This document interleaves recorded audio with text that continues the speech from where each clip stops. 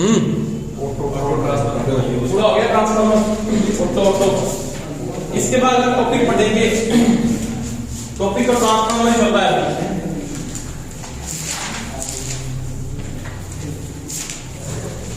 Gas company क्या बोलते हैं जी, एक्शन। एक ही बात है, आज का जो टॉपिक अपने पढ़ेंगे उसमें पढ़ेंगे ट्रांसफार्मर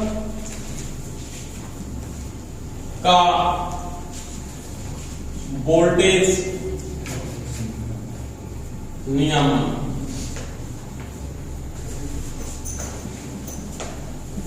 शॉर्टकट में क्या बोलते हैं, पीआर। इंग्लिश में क्या बोलते हैं, वोल्टेज रेगुलेशन कहा जाता है। कि ट्रांसफार्मर का वोल्टेज रेगुलेशन क्या होता है उसके बारे में डिटेल पढ़नी है और किस प्रकार से इसको यूज किया जाता है वो पढ़ेंगे। ठीक है, देखो टॉपिक बिल्कुल सिंपल सा टॉपिक है। कोई भी ट्रांसफार्मर अपने जो यूज करें उसका वोल्टेज रेगुलेशन होता क्या है। सबसे पहले अगर आप उसकी बात करो कि वोल्टेज रेगुलेशन क्या होता है, तो मेरे पास कोई भी ट्रांसफार्मर है, जैसे मैं इस ट्रांसफार्मर को यहां पे यूज कर रहा हूं।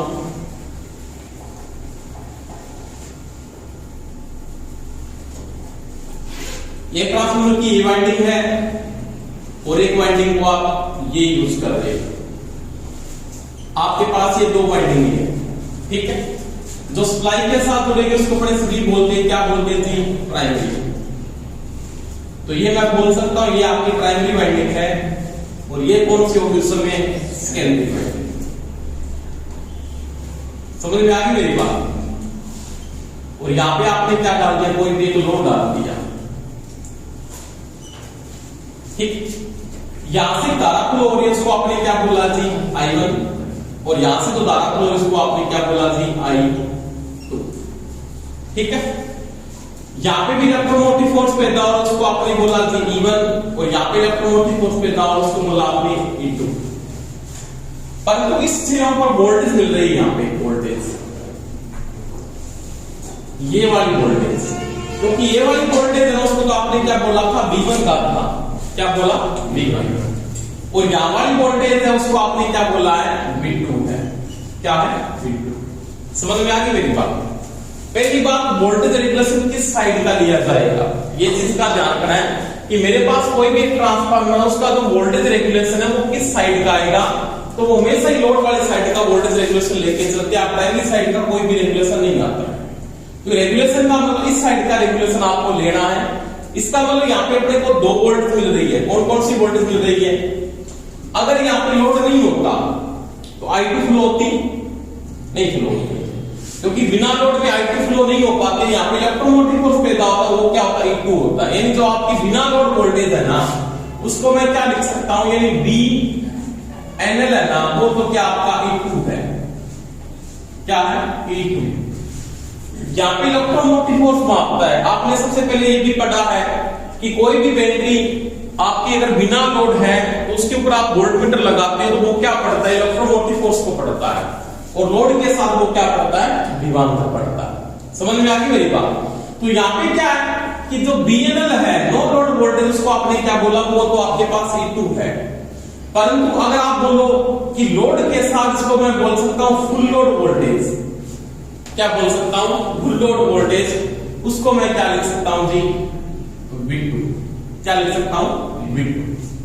समझ में आ गई। इन दोनों का जो डिफरेंस है, इन दोनों का जो अंतर है, वही आपका क्या कहलाएगा, वोल्टेज रेगुलेशन कहलाता है। बात समझ में आ गई। जिसको परसेंटेज में लेने के लिए अपने 100 से गुणा करते हैं बाद में, तो नॉर्मल सी बात है कि वोल्टेज रेगुलेशन होता क्या है। तो कोई भी जो ट्रांसफार्मर है उसकी नो लोड वोल्टेज, कौन सी वोल्टेज, नो लोड वोल्टेज,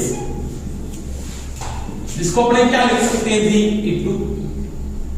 बात समझ में आ गई सभी की। वह फुल लोड वोल्टेज, जिसको आप क्या लिख सकते हो जी, V2, ठीक है। के अंतर को या डिफरेंस को, के अंतर को क्या कहा जाता है, वोल्टेज रेगुलेशन कहते हैं।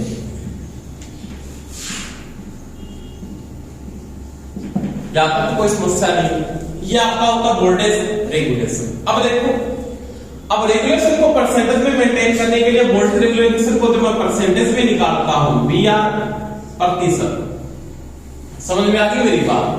तो क्या होगा, आप क्या लिखोगे, आप लिख सकते हो E2 माइनस V2 बटा V2 इंटू में क्या लिख सकते हो 100।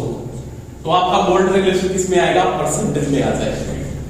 अगर आपको ऑप्शन में ये नहीं दिया है वहां पे, तो वोल्टेज रेगुलेशन परसेंटेज में आपके पास ये ऑप्शन भी आपके पास आ सकता है। क्या आ सकता है,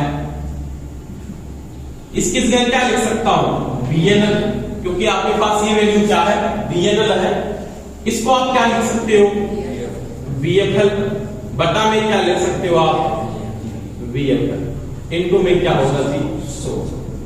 तो ये भी आपका क्या कहलाता है, वोल्टेज रेगुलेशन कहलाता है। कोई दिक्कत है यहाँ पर? तो कोई भी ट्रांसफार्मर है उसकी नो लोड वोल्टेज और फुल लोड वोल्टेज का जो अंतर है वो वोल्टेज रेगुलेशन कहलाता है। क्या कहलाता है, रेगुलेशन।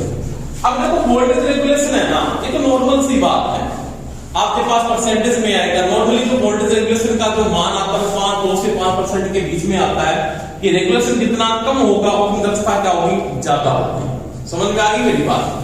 देखो रेगुलेशन को 3 कंडीशन में निकाल सकते हैं। आपका वोल्टेज रेगुलेशन क्या हो सकता है, इस कंडीशन में ये भी हो सकता है E2 ग्रेटर देन क्या हो गया, V2। समझ में आ गई मेरी बात? यानी यहां की वोल्टेज है ना, ये वोल्टेज ज्यादा है, ये वोल्टेज हमेशा ही क्या होती है, कम होती है। समझ में आ गई मेरी बात? नॉर्मल ऐसा ही होता है, पर तो सुननी के ऐसा हो। इस कंडीशन में आपका पास जो रेगुलेशन आएगा ना, आपका वोल्टेज रेगुलेशन आएगा, वो कौन सा रेगुलेशन कहलाएगा, वो पॉजिटिव वोल्टेज रेगुलेशन कहलाएगा। कौन सा रेगुलेशन कहलाएगा, पॉजिटिव। क्योंकि इन दोनों का जो डिफरेंस अगर ये बड़ा है, इसका मतलब इसकी वैल्यू ज्यादा है, इसकी कम है, यहाँ पर जो डिफरेंस आएगा वो किसमें आएगा, प्लस में आएगा। परंतु जरूरी ऐसा ही हो, कंडीशन उल्टी भी हो सकती है। क्या हो सकती है, E2 लेस देन हो सकता है किससे, V2 से। तो उस समय आपका जो रेगुलेशन आएगा ना, वो कौन सा आएगा जी, वो आएगा आपका वोल्टेज रेगुलेशन नेगेटिव आएगा। कौन सा आएगा, नेगेटिव। क्योंकि अगर V2 का मान ज्यादा हो जाता है तो आप किससे, E2 से। हो सकता है ऐसा हो जाता है, रीजन क्या होता है मैं बता दूंगा आपको। तो आपका जो रेगुलेशन किसमें आएगा, नेगेटिव आएगा। दूसरी बात, आपका ये भी हो सकता है V2 बराबर V2, तो उस समय आपका जो वोल्टेज रेगुलेशन आएगा वो कितना आएगा, 0 आएगा। कितना आएगा, 0। तो 3 प्रकार के वोल्टेज रेगुलेशन आपको प्राप्त हो सकते हैं। पहला, आपका वोल्टेज रेगुलेशन कौन सा हो सकता है, पॉजिटिव हो सकता है। दूसरा, आपका रेगुलेशन नेगेटिव हो सकता है। तीसरा, आपका रेगुलेशन क्या हो सकता है, शून्य हो सकता है। ठीक है। अब ये देखो, पहली बात, ये लगभग तो होता नहीं है, ये रेगुलेशन आपका लगभग नहीं होता, हो सकता हो जाए, कंडीशन आ सकती है ऐसी, पर तो लेकर ऐसी कंडीशन नहीं आती है। पर तो रेगुलेशन की जो कंडीशन आती है, वोल्टेज रेगुलेशन की जो कंडीशन आती है, किस प्रकार से इसको यूज किया जाता है और कैसे यूज किया जाता है। E2 की जो वैल्यू अगर V2 के बराबर हो जाता है, उसमें रेगुलेशन की जो वैल्यू आ रही है वो क्या आ रही है, 0 आ रही है। यानी E2 इसका क्या है, V2 इसका मान कितना आएगा, 0 आएगा। अगर ये इस कंडीशन में जाता है किसमें आएगा, नेगेटिव आएगा। अगर ये इस कंडीशन में जाता है किसमें आएगा, पॉजिटिव में आएगा। तो आपके पास जो रेगुलेशन आएगा ना, तो 3 प्रकार के वोल्टेज रेगुलेशन प्राप्त कर सकता हूं मैं, कि पॉजिटिव रेगुलेशन कब आ रहा है, नेगेटिव रेगुलेशन कब आ रहा है, और रेगुलेशन आपका शून्य कब हो सकता है। ठीक है, इसमें लिखो सबसे पहले वोल्टेज रेगुलेशन क्या होता है और किस प्रकार से इसको यूज किया जाता है।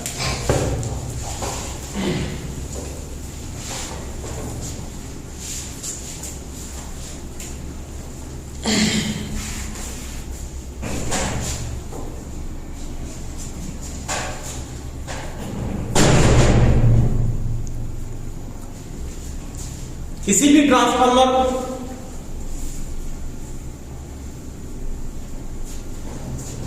की no load voltage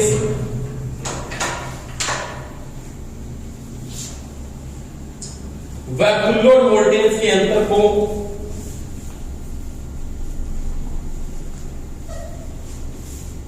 voltage regulation या वोल्टेज नियमन कहा जाता है।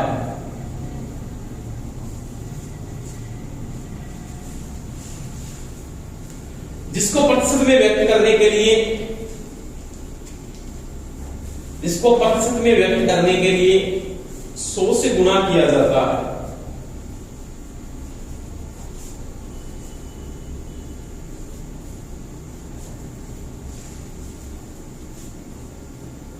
सौ से गुणा किया जाता है।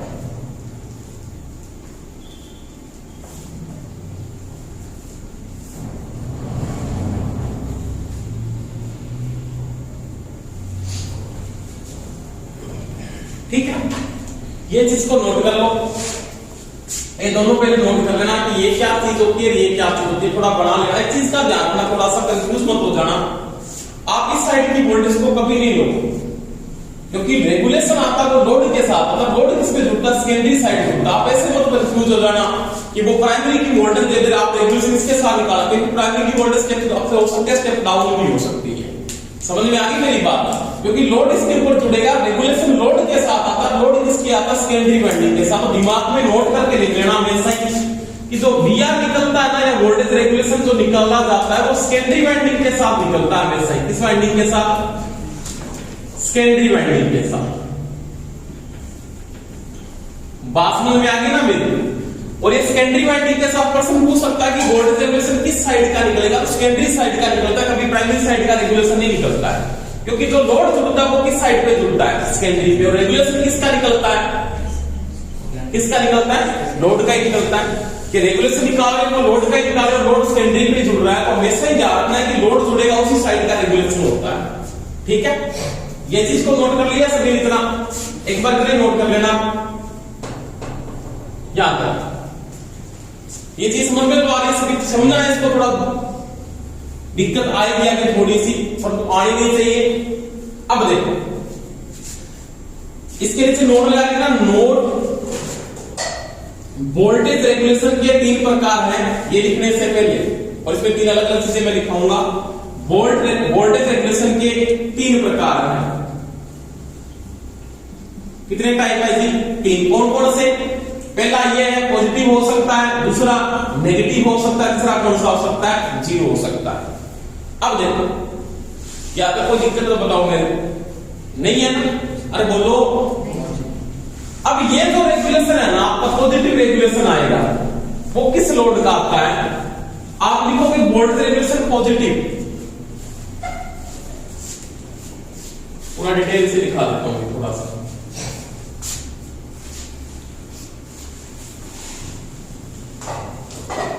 नीचे पढ़ा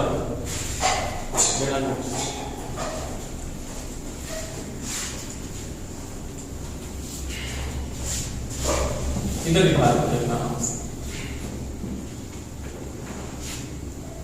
देखो आराम से 1 नंबर डाल के लिखोगे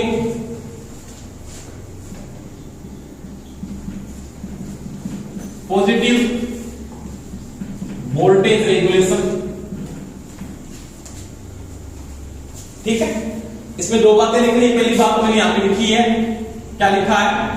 E2 ग्रेटर देन V2, या तो ये देगा ऑप्शन में। अगर ये नहीं है तो इसकी जगह क्या हो सकता है? बोलो। VNL greater than VFL। बात समझ में आ गई सभी के? उस अवस्था में जो वोल्टेज रेगुलेशन होगा वो कौन सा होगा? पॉजिटिव होगा। यानी ये वोल्टेज ज्यादा होगी इससे, टर्मिनल वोल्टेज से। अगर आपकी इनपुट वोल्टेज जो इसके इलेक्ट्रोमोटिव फोर्स पैदा हो रहा है, किस नियम से पैदा हो रहा है? सैचुरेशन या म्यूचुअल रिएक्शन से तो पैदा हो रहा है। तो V2 का मान ज्यादा है किससे? V2 से। आपके पास जो वोल्टेज रेगुलेशन आएगा वो कौन सा आएगा? पॉजिटिव आएगा। कौन सा आएगा? पॉजिटिव। समझ में आ गई बात? अगर आपके पास ये वोल्टेज रेगुलेशन पॉजिटिव है, उस समय भार कौन सा होगा? उस समय आपका जो लोड होगा ना, क्या होगा? लोड वो या होगा कि रेजिस्टिव।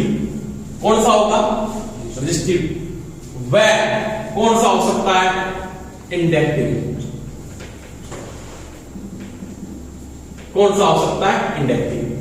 यानी लोड होगा या तो प्रतिरोधी लोड होगा, या कौन सा होगा? इंडक्टिव भार हो सकता है। प्रश्न सीधा पूछ सकता है अपने को, बिल्कुल सिंपल आ सकता है, पूछ भी सकता है।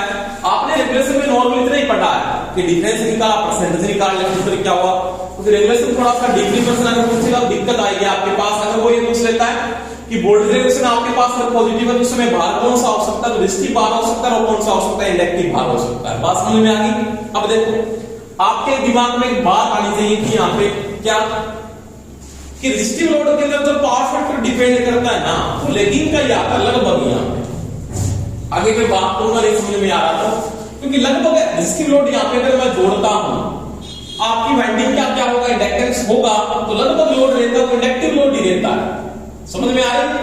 क्योंकि मैंने आपको एक बात बताई थी कि अगर ट्रांसफार्मर आपका नो लोड अवस्था में है ना, किस अवस्था में, तो उसका पीएफ कितना होता है, सुनिए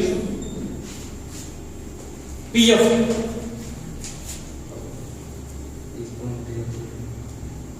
कितना, 1.1। पावर फैक्टर का मान कभी आपने 1.1 पढ़ा है, कितना हो सकता है, एंगल लगभग कितने डिग्री का होता है, शून्य लोड की अवस्था में।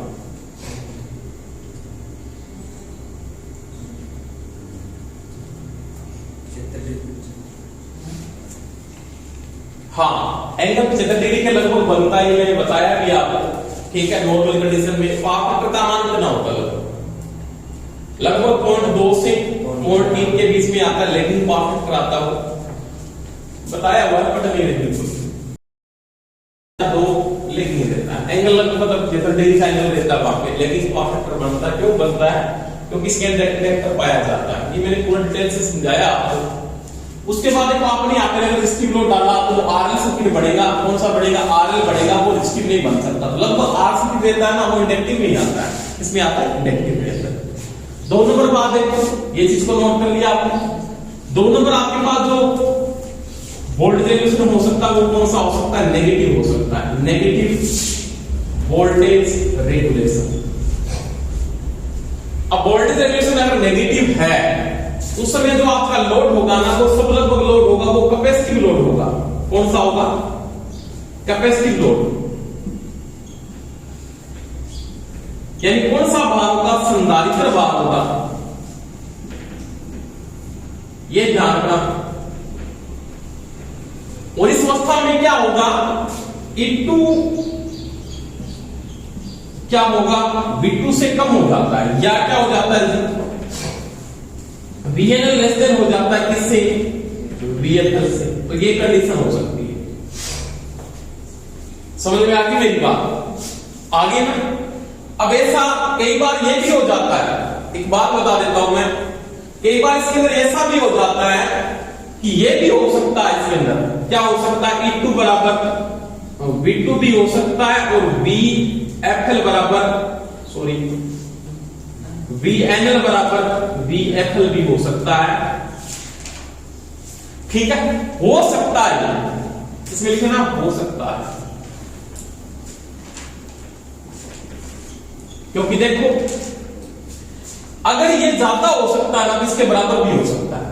यहां पे मैंने बोला ऐसा आपने रूल पढ़ा होगा कि V2 का मान ज्यादा आ सकता है, क्या आ सकती है। मतलब लोड कौन सा होगा, कैपेसिटिव लोड आपने डाल दी है, आपके पास संधारित्र लोड है, पावर फैक्टर को क्या करेगा, लीडिंग करेगा।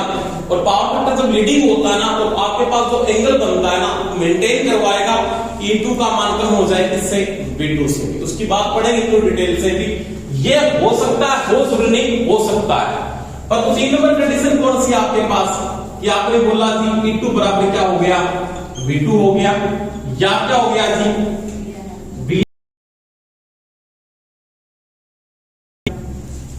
ये किसमें हो सकता है, तो ये हो सकता है जी आदर्श एक्समर। किसमें हो सकता है, ये आदर्श एक्समर में हो सकता है। यानी किसमें हो सकता है, आदर्श किसमें हो सकता है, आदर्श ट्रांसफार्मर के अंदर। तो ये कंडीशन पाई जा सकती है आदर्श एक्समर के अंदर। बात समझ में आ गई सभी की। E2 का मान V2 के बराबर है, अगर VNL के बराबर है, या आदर्श एक्समर में ये पाया जा सकता है। अब देखो पर्सन कैसे आ जाता है, 3 प्रकार के पर्सन यहाँ पे बनते हैं कि वोल्टेज रेगुलेशन अगर पॉजिटिव का है तो क्या कंडीशन होगी, तो ये कंडीशन होगी आपके पास, लोड कौन सा होगा, रेजिस्टिव लोड होगा या इंडक्टिव लोड होगा। दूसरी बात, रेगुलेशन आपके पास अगर नेगेटिव है तो कौन सा लोड होगा, कैपेसिटिव लोड होगा या संधारित्र भाग हो सकता है। दूसरी बात, ये कंडीशन पाई जाएगी और ये कंडीशन हो सकती है इसमें हो जाए अगर यहाँ पे बोलता है E2 बराबर V2 हो गया, NL बराबर ये तो आदर्श एक्समेर में हो, तो ये दोनों की कंडीशन एक ही आ रही है। पर तो उसमें कई बार क्या होता है, आपको ये ऑप्शन दिया नहीं आदर्श वाला, क्योंकि आदर्श ट्रांसफार्मर बनता नहीं, कल्पना के तौर पे बोला जाता है कि आदर्श एक्समेर है मेरे पास, परंतु ये भी आपकी कल्पना है कि मेरे पास एक आदर्श ट्रांसफार्मर है, और ऐसा होता नहीं कि आदर्श ट्रांसफार्मर आपके पास होता है। अगर उस समय आपको ये नहीं दिया हुआ तो वो आपको ये पूछ लेता है कि एक ट्रांसफार्मर में वोल्टेज रेगुलेशन या वोल्टेज नियमन का मान शून्य प्राप्त हो रहा है, तो उस समय कौन सा लोड हो सकता है। आपको ऑप्शन में ये नहीं दिया तो आप कौन सा करोगे, ये लोड करोगे। कौन सा लोड करोगे, कैपेसिटिव लोड के साथ। यानी कैपेसिटिव लोड के साथ जो आपका रेगुलेशन आएगा वो कौन सा रेगुलेशन आएगा, पॉजिटिव रेगुलेशन आएगा। ठीक है,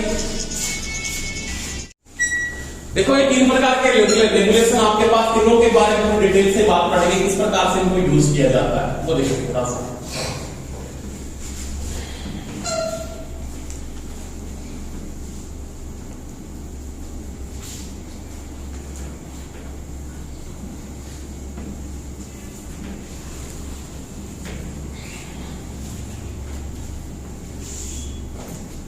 ठीक है, एक नंबर डाल के लेना,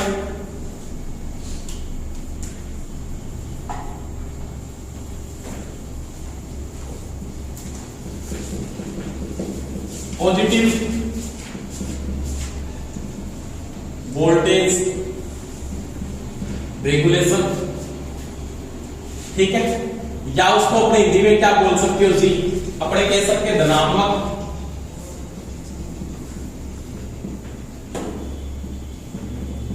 वोल्टेज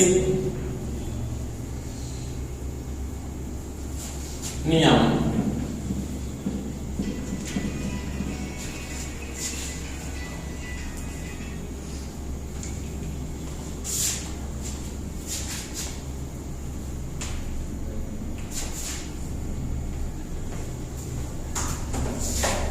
देखो धनात्मक वोल्टेज रेगुलेशन में क्या बोलता है, क्या पॉजिटिव वोल्टेज रेगुलेशन आपके पास आप जो यूज कर रहे हैं उसमें पहली कंडीशन तो आपके पास है क्या, पहली कंडीशन तो आपके पास ये है A2 ग्रेटर देन क्या है, B2 होगा। समझ में आ गई।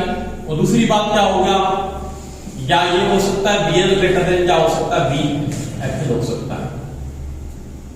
ठीक है, अब देखो ये दो कंडीशन है, दोनों कंडीशन में आपका जो रेगुलेशन आएगा वो कौन सा आएगा, पॉजिटिव आएगा। दूसरी बात यहाँ पे जो लोड होगा या भार होगा, आपके पास यहाँ पे जो भार यूज होगा वो या तो कौन सा होगा, या तो प्रतिरोधी भार होगा, इसको अपने क्या बोलते हैं जी, रेजिस्टिव लोड बोलते हैं, या कौन सा होगा, प्रेरकीय भार होगा। प्रेरकीय का मतलब होता है जी इंडक्टिव लोड। समझ में आ गई बात सुनी। दो प्रकार के लोड आप यहाँ पे क्या करोगे, यूज करोगे। आपके पास कोई भी अगर आप वेक्टर को यूज कर रहे हो कि मेरे पास आउटपुट आ रही है और आउटपुट का जो वेक्टर बना के उसको किस प्रकार से यूज किया जाता है, तो मैं नॉर्मल सी सेकेंडरी वाइंडिंग की अगर बात करूं तो यहाँ पे मेरे पास कोई भी एक सप्लाई का सोर्स आ रहा हुआ है E2। समझ में आ गई मेरी बात। सेकेंडरी वाइंडिंग की जो वोल्टेज है वो मेरे पास क्या E2 है, ये सप्लाई का सोर्स है E2 मेरे पास, यहां से इनपुट इसको मिल रही है, यहां से करंट फ्लो होगा, किसके पास आएगा, लोड के पास। लोड में क्या है, इंडक्टिव लोड यानी R भी लगा हुआ है और क्या लगा हुआ है जी, L भी लगा हुआ है। तो ये R किसका है, तो ये वाइंडिंग का डिस्टेंस है, वाइंडिंग का डिस्टेंस है। R लगा तो डिस्ट्रिक्ट लोड है वो किसका, वाइंडिंग का। इंडक्टर है वो भी किसका, वाइंडिंग का। इसका मतलब इंडक्टिव लोड है, क्योंकि आपके पास जो सेकेंडरी वाइंडिंग बन रही है ना, मैंने यहाँ पे R को साइन क्यों किया, R अलग से कोई नहीं लगा हुआ है। R को साइन इसलिए किया कि जो सेकेंडरी वाइंडिंग होगी ना वो आदर्श एक्समर नहीं हो सकता। आदर्श एक्समर में तो ओनली फॉर किसका मान पाया जाएगा, इंडक्टेंस का मान होगा, रेजिस्टेंस का मान तो क्या होगा, जीरो होगा। पर ऐसा तो होता ही नहीं कभी। तो वाइंडिंग में किसका मान पाया गया, R का मान भी पाया गया और किसका मान पाया गया, इंडक्टेंस का मान भी पाया गया। और यहाँ पे मैंने जो लोड लगा रखा है वो किस प्रकार का लोड जोड़ दिया है, इंपेडेंस दिया जाता है इसके अंदर, तो उसको मैंने क्या लिखा, ZL से साइन किया। L का मतलब कौन सा इंपेडेंस आपका, कौन सा इंडक्टिव होगा। तो नॉर्मल कंडीशन पे ये जो बाहर रहता है तो नॉर्मल रेजिस्टिव होता ही नहीं है, लगभग कौन सा आता है, इंडक्टिव ही आता है। क्यों आता है इंडक्टिव, इसका रीजन ये होता है कि वाइंडिंग में इंडक्टेंस तो होगा ही होगा। कभी वाइंडिंग रेजिस्टिव से बन सकती है, नहीं बन सकती। कोई भी वाइंडिंग रेजिस्टिव से नहीं बन सकती, उसमें इंडक्टेंस का मान पाया जाएगा। तो ये जो लोड होगा वो कौन सा होगा, यहाँ पे ZL होगा। ZL का मतलब क्या होगा, यहाँ पे इंडक्टिव भार जुड़ा हुआ है। ये इसका सर्किट बना दिया। यहां से जो करंट फ्लो हो रहा है वो कौन सा है जी? वो I2। कौन सा है? I2। यहां तक तो समझ में आ गई बात? देख अब देखो यहां पे एक वोल्टेज ड्रॉप हो रही है इस कंडीशन पे, यहां पे वोल्टेज ड्रॉप करेगा ये वोल्टेज कौन सी है? I2 इंटू में R। यहां पे वोल्टेज कौन सी है? I2 into XL। समझ में आ गई बात? ठीक है। और यहाँ पे जो वोल्टेज मेरे पास है ये वाली वोल्टेज कौन सी है? तो ये वोल्टेज आप कौन सी लेके चल रहे हो? इसको बोलेंगे जी V2, क्योंकि यहाँ पे V2 है और यहाँ पे कौन सी है? V2। यहाँ तक कोई दिक्कत है किसी? बता दो। अब सबसे पहले मैं एक वेक्टर बना रहा हूं। क्या बना रहा हूं? फेजर का वेक्टर। आराम से बोर्ड पे देखना किस प्रकार से इसको साइन करता है। ये आपका यहाँ पे जो वेक्टर बनता है वो इस प्रकार से बनता है।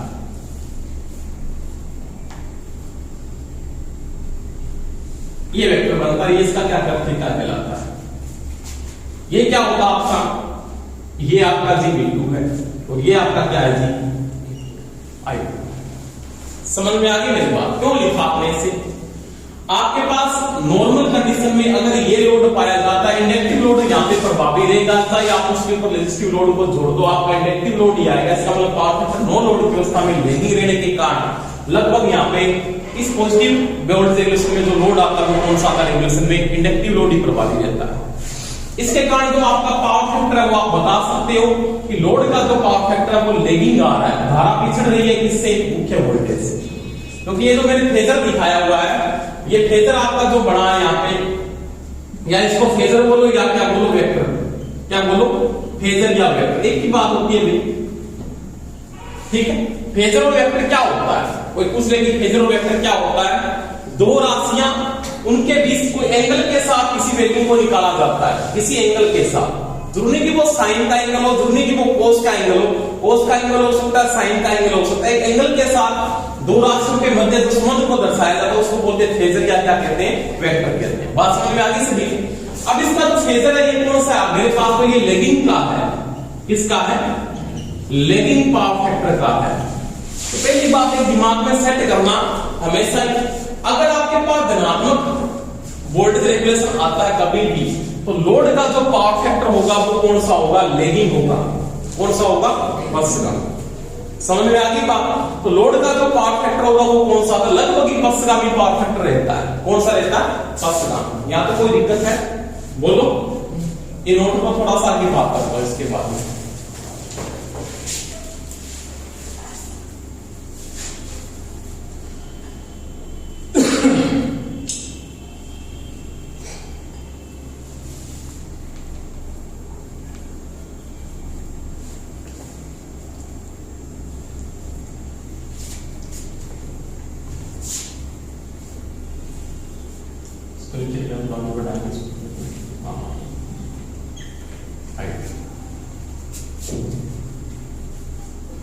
ठीक है, चलो आगे बोलो।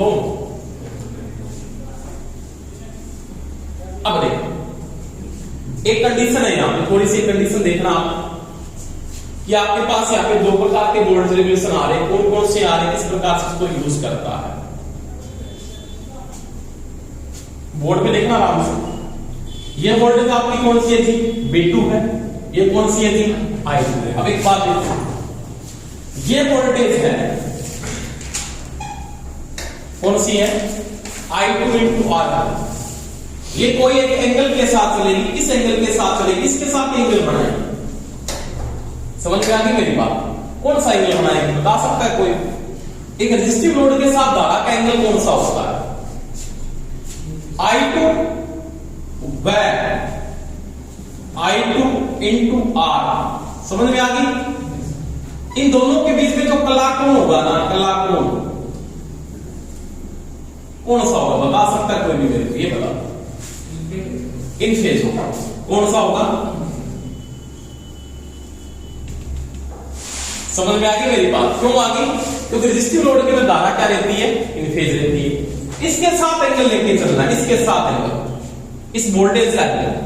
इसकी वोल्टेज इधर नहीं जाएगी, इधर जाएगी, इधर जाएगी। इसके साथ ऐसे एंगल बनाएंगे बिल्कुल इसके सेम, इस डायरेक्शन में ऐसे ये वाला एंगल बनाएंगे। क्योंकि धारा के साथ जो एंगल चल रहा है ना, वो एंगल कौन बनाएगी, ये बनाएगी। तो इन फेज का मतलब दोनों का एंगल एक रहता है। मैंने आपको एक बात बताई है, आपको तो इन फेज के दो वेक्टर बताए, एक वेक्टर में इन फेज का ये बताया आपको, ये बन सकता है। दूसरा कैसे बन सकता है, ये हो सकता है, ठीक है। और ये इन दोनों का वेक्टर है, समझ में आ गई। और ये इसका मान कौन सा है इस समय, इसका जो यहां से लेके यहां तक दो मान है, वो कौन सा है जी, I2 इंटू R2। कोई दिक्कत है नहीं।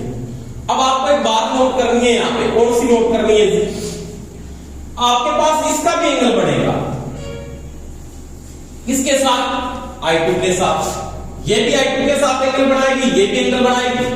यानी मैं लिख सकता हूं, क्या लिख सकता हूं, I2 इंटू क्या हुआ, एक्सल के बीच का कोण। अब बताओ, ये वोल्टेज है, इसको आपने VL बोलते हैं, क्या बोलते हो, VL। ये क्या आपका IL है। इस सीरीज में करंट की वैल्यू तो बराबर रहती है, तो वही बात है, वोल्टेज का एंगल बढ़ना शुरू हो रहा है, वोल्टेज का एंगल बनेगा। अब इसका एंगल क्या बनेगा, तो आपको पता है, ये वेक्टर है, तो धारा क्या होती है, 90 डिग्री लेकिन होती है किससे, वोल्टेज से। धारा 90 डिग्री, सॉरी, या ऐसे लिख सकते हो, लिख तो धारा 90 डिग्री पश्चिम, किससे, धारा कौन सी है, धारा आपके पास है जी I2, पश्चिम में किससे, वोल्टेज कौन सी, I2 इंटू एक्सल, ठीक है। यानी VC बात समझ में आ गई। अब देखो, इसका एंगल बना है 90 डिग्री के साथ, यानी ये तो वोल्टेज कौन सी है, इसके साथ 90 का एंगल। समझ रहे यार बात, मैं दोबारा रिपीट करता हूं थोड़ा सा, ये वेक्टर आपको थोड़ा समझ में दिक्कत करेगा ये, क्योंकि आपने ये चीज पढ़ी है सीरीज में, मैंने पूरी डिटेल से आपको बातें बताई है। ये आपके पास यहाँ पे क्या आता है, BR, और BR के साथ तो BL आता है ना, वो इसके आता है, इस एंगल के साथ यही बनाया था, याद है आपके। और यहाँ पे इसके नीचे क्या आता है जी, VC, और यहाँ पे रहती है धारा है। अब देखो, ये BR को आपने बढ़ा दिया, BR I2 के साथ क्या इन फेज है, दूरी की वेक्टर आपका एक लाइन के, तो ये वेक्टर भी हो सकता है, समझ में आ गया। अब देखो, ये BL होगा, ये 90 डिग्री का एंगल बनाएगा, इसका मतलब यहां से 90 डिग्री का एंगल बनाएगा, बिल्कुल सीधा ऐसे, ये 90 डिग्री का एंगल इन दोनों के बीच, समझ में आ गई बात। और ये वैल्यू किसकी है, ये I2 इंटू क्या है, ठीक है। इसको थोड़ा सा ऊपर लेना है, अब देखो, इन सभी को तो मिलाने वाली देखा होगी ना, ये लाइन होगी ना, ये बड़ा मान, ये आपका कहलाएगा जी P2, क्या कहलाएगा, P2, ये वैल्यू होगी, ठीक है। समझ में आ गई बात यहां पर। यानी ये जो मान मेरे पास आ रहा है, ये जो मान कहलाएगा, वो आपके पास क्या है जी, P2 है, ठीक है। यहां तक कोई दिक्कत है वेक्टर के अंदर, यहां तक दिक्कत है तो मेरे को बता दो कि यहां तक ये मेरी समस्या आ रही है, इसी क्या क्या, ठीक। अब देखो, अब मेरे पास ये तो V2 है, आप वैल्यू को कहां तक लेके जा रहे हो, इस तक, ये इसके बराबर नहीं हुआ है, इस कंडीशन में यहां पे जाके लगभग ये क्या होगा, बराबर हो जाए इसके इक्वल, ठीक है। समझ में आ रही है। एक थीटा एंगल तो आपके पास ये एंगल बनेगा, थीटा वाला ये एंगल बन जाएगा, यहां पे थीटा,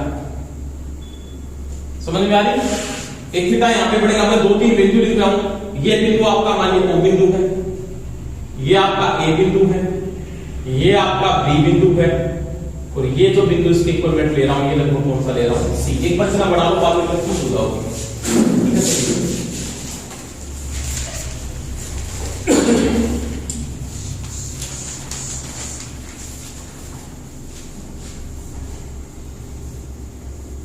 ये तो 90 डिग्री का एंगल था ना, यहाँ पे ऐसे बड़ा 90 वाला बना ऐसे, इन दोनों के बीच में पेज, यानी यहां से 90 डिग्री का एंगल खींच सकते सामने।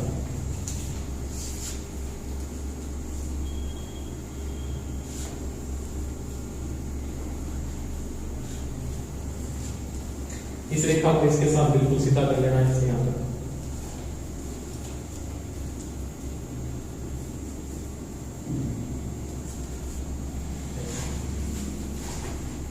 एक थीटा ये बन जाएगा इसका थीटा,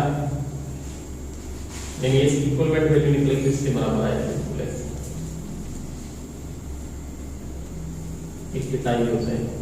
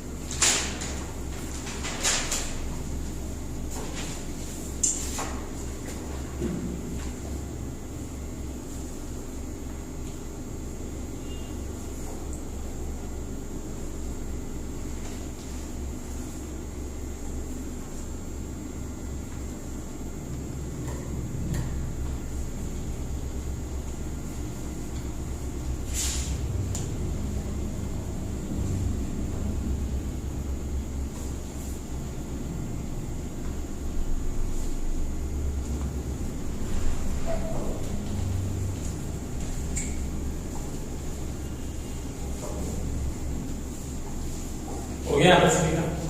आराम से बोर्ड पे देखो एक बात,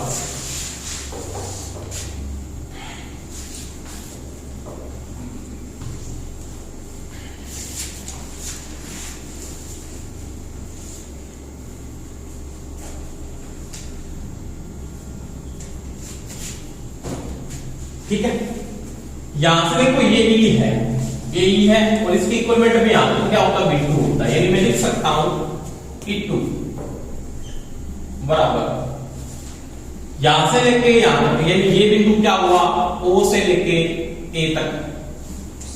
समझ में आ गई? आराम से बोर्ड पे देखना, O से लेके A तक। अब यहां पे एक लाइन खींच रहा हूं बिल्कुल सीधी, ऐसे बिल्कुल सीधी।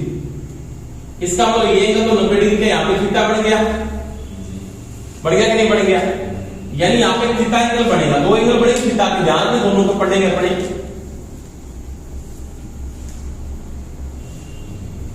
एक थीटा ये है आपके पास, तो ये कौन सा हो गया, इसके बीच में कोई बिंदु ले लो, जैसे P बिंदु ले लिया मैंने यहां पे, ठीक है। यहां पे मैंने Q बिंदु ले लिया, PQ, और यहां पे मैंने R बिंदु ले लिया, ठीक है। कोई दिक्कत तो बता दो मेरे को, समझ में आ गई बात यहां तक? यानी ये बिंदु A से कौन सा हो गया, P। इसका मतलब इसको मैं क्या लिख सकता हूं, O से लेके A तक ये रेखा होगी यहां तक। इसके बाद आपके पास कौन सी वैल्यू है, A से लेके P प्लस P से लेके C। टोटल वैल्यू आ रही है कौन सा, P से लेके C तक ले रहे हो, तो ये लाइन टोटल लिख सकते हो P से लेके C। समझ में आ गई? यानी जो E2 का मान है वो इसके क्या है, इक्वलमेंट है। या टोटल जो E2 की वैल्यू आ रही है वो किसके बराबर आ रही है, वो आपके पास आ रही है O से लेके A तक, A से लेके P से, और P से लेके C तक, ठीक है। इसको नोट करो पहले, ये बना लो तो मैंने मान लिखे हो।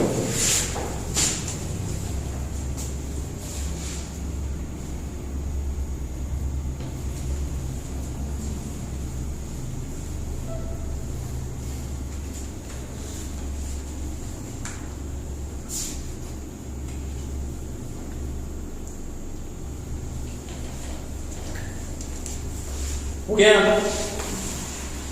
अब एक बात देखो आराम से, बोर्ड पे देखना आराम से, दो तीन बातें समझा रहा हूं मैं, समझना। E2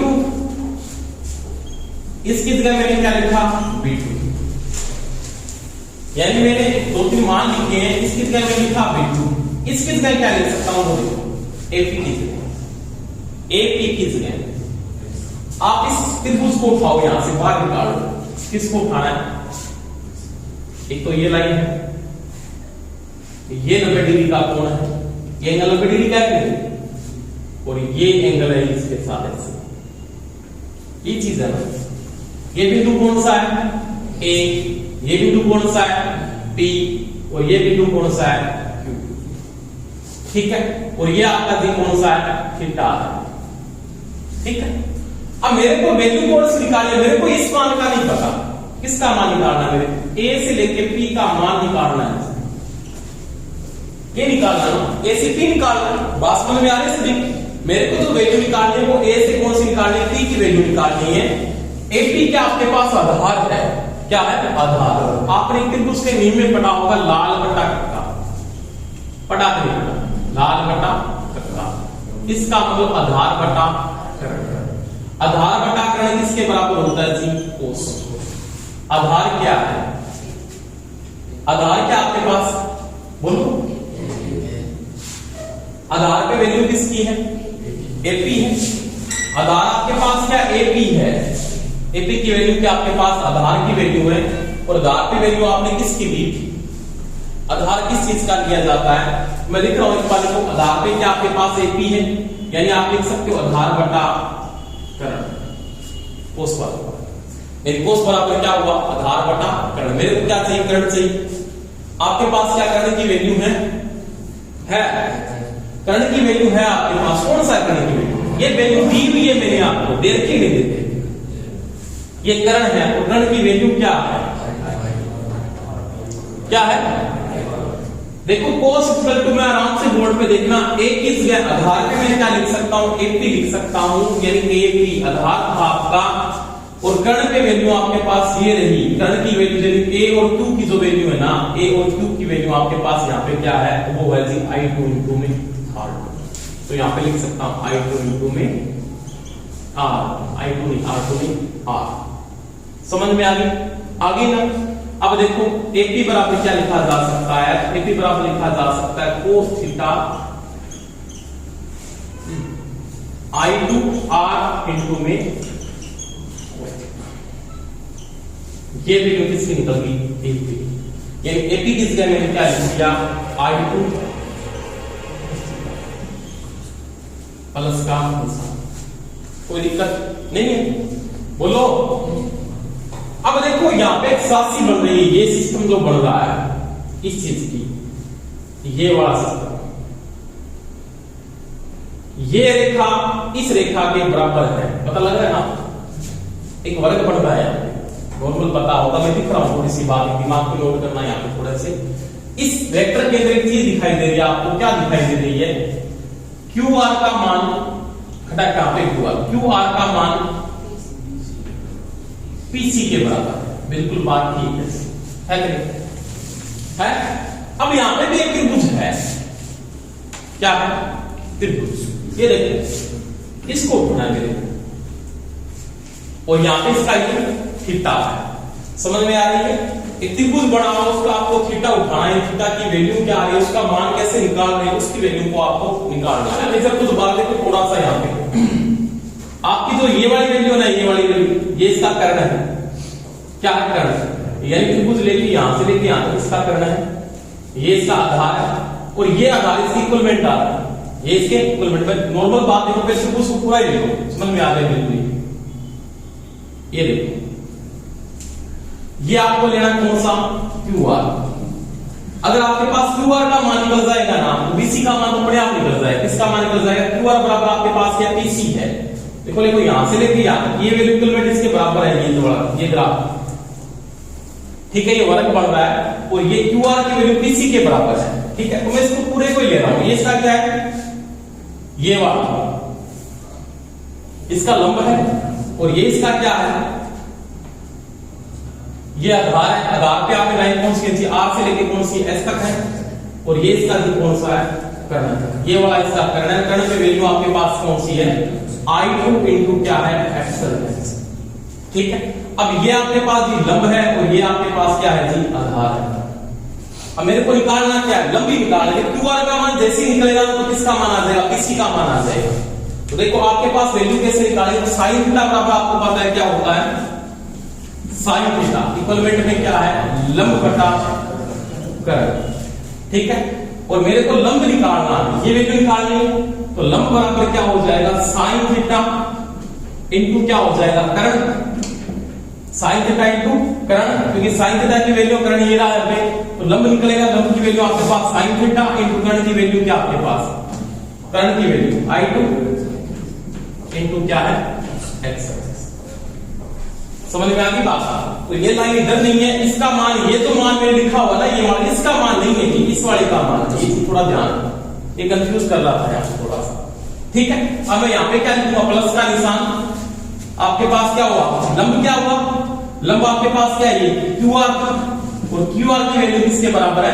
पीसी के बराबर। तो यहाँ पे मैं लिख सकता हूं i2 इंटू एक्सएल इंटू में क्या लिख सकता हूं? Sine theta. समझ में आ गई मेरी बात? तो ये वैल्यू इसके क्या होगी, बराबर होगी ये बराबर। तो ये दोनों बना दो, समझ में आ गई बात।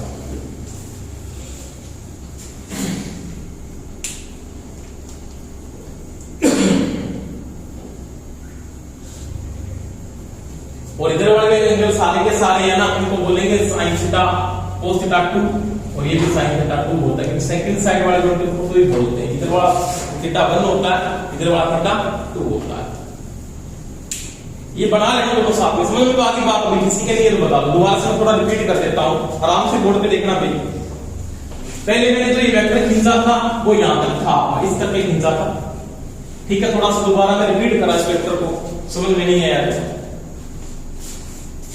ये पहले वेक्टर यहां तक था, थोड़े से नाम मेरे को सेम ही लिखा था, आपको कुछ मत होता है दोबारा से। सबसे पहले मैंने ये इतना वेक्टर ही बनाया था यहां तक।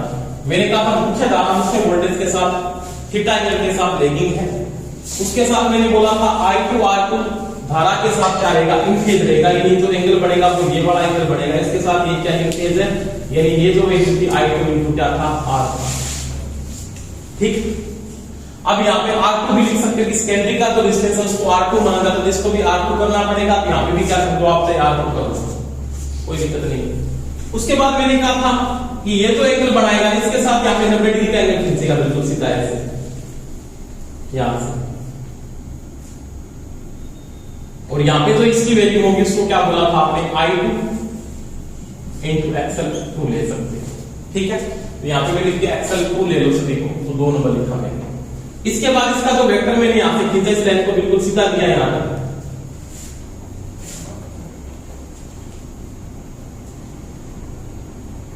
ऐसे, और इस वेक्टर को बाद में मैंने यहां से सीधा मिला दिया ऐसे, ठीक है।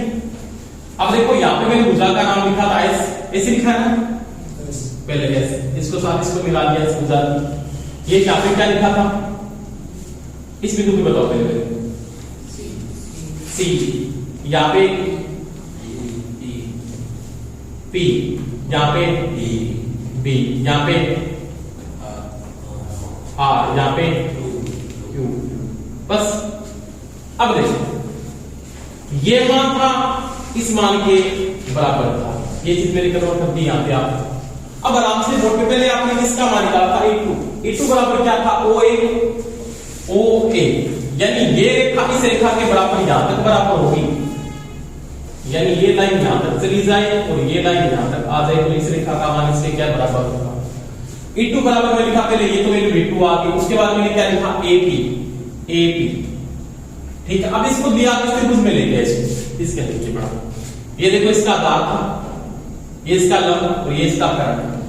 आपके पास तो वैल्यू मेंटेन की थी मैंने I2 R, आपके पास ये वैल्यू को मेंटेन किया I2 R, क्या इसका कर्ण था, ये देखो मैंने कर्ण का मान लिखा है, बोर्ड पे देख लो आराम से। AP का मान मेरे को निकालना था, इन दोनों के बीच में थीटा मिला, तो इसका मैंने एंगल लगाया I2 इनटू cos थीटा, लिखा है इसके साथ क्या I2 into R2 into cos theta, ये R2 है भाई, ठीक है, प्लस का निशान ये लिखा था इस वेक्टर। उसके बाद इस वेक्टर को लिया मैंने, इस पूरे को लिया, तो इसका आधार क्या है, QR लिया है, कहां पे लिया, ये QR, ये इसका लंब है, ये इसका, ये वाला इसका आधार है, और ये इसका क्या कर्ण है। कर्ण की वैल्यू मेरे को दी हुई है, कर्ण की वैल्यू ये रही I2 इंटू XL2, तो मैंने यहाँ पे साइन का मान लिया, साइन को मुझसे क्या बना, I2 इंटू XL2 इंटू में साइन थीटा, ठीक है। तो ये वैल्यू किसकी आ गई मेरे पास, साइन थीटा। अब मेरे पास किसका मान है, जो रेगुलेशन मेंटेन कर रहा है, कि जो रेगुलेशन की वैल्यू आ रही है वो किसके बराबर है। आपको ऑप्शन में क्या दे सकता है, कि रेगुलेशन के मान में आपको ऑप्शन में क्या दे सकता है, तो उस वैल्यू को आपको लिखना पड़ सकता है। देखो कैसे, बोर्ड पे देखना आराम से। आपके पास वोल्टेज जो रेगुलेशन था वो इसके बराबर था BNL माइनस BFL बटा BFL इनको क्या था, ये रेगुलेशन था। अब देखो एक चीज लिख रहा हूं आराम से, बोर्ड पे देखना, यहां से E2 माइनस V2 बराबर क्या लिख सकता हूं, I2 R2 into sine theta. समझ में आ रही है ना बात। ये V2 द्राग किसका हो गया, माइनस का, ये सेम चीज लिखिए, प्लस का निशान I2 XL2 इनटू में sin थीटा। हाँ ये cos थीटा है, सॉरी cos थीटा, ठीक है। अब देखो इस चीज को मैं लिख सकता हूं E और इसको क्या लिख सकता हूं V। इन दोनों का जो डिफरेंस है उसकी जगह क्या लिख सकता हूं, ये चीज लिख सकता हूं। बात समझ में आई ना? तो मैं ये लिख सकता हूं यहां पे I2 R2 cos theta plus I2 XL2 sin theta, ठीक है। इसको मिटा दूं क्या?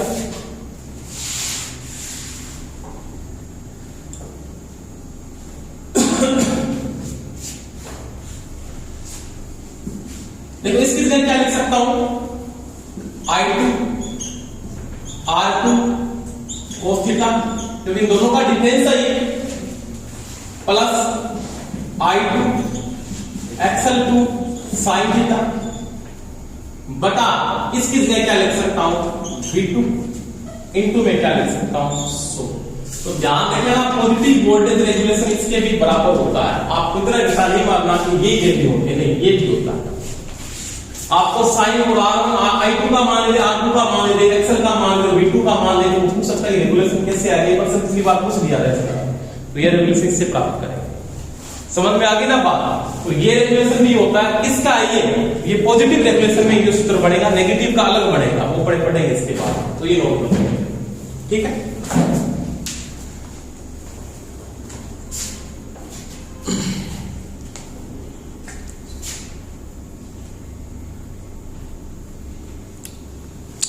बात समझ में आ गई? इसलिए यहां तक नहीं है किसी की।